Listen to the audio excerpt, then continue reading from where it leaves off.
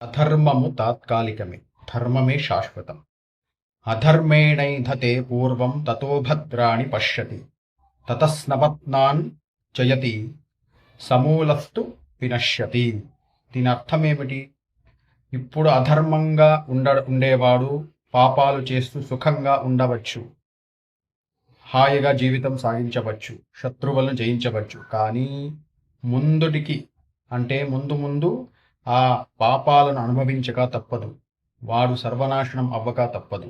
అందుకే అధర్మంగా ఉండకండి, ధర్మంగా ఉండండి. ఏ పని చేసినా ధర్మంగా చేసుకోండి. మీ అంతరాత్మను మోసం చేసుకోకండి. గుర్తుపెట్టుకోండి, మీ అంతరాత్మే మొదటి దైవం.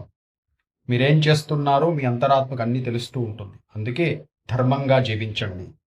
ఇప్పటి సుఖం గత ధర్మఫలం, ఇప్పటి కష్టం గత అధర్మ ఫలం. గుర్తుపెట్టుకోండి. అందరూ ధర్మంగా ఉండండి, హాయిగా ఉండండి. స్వస్తి.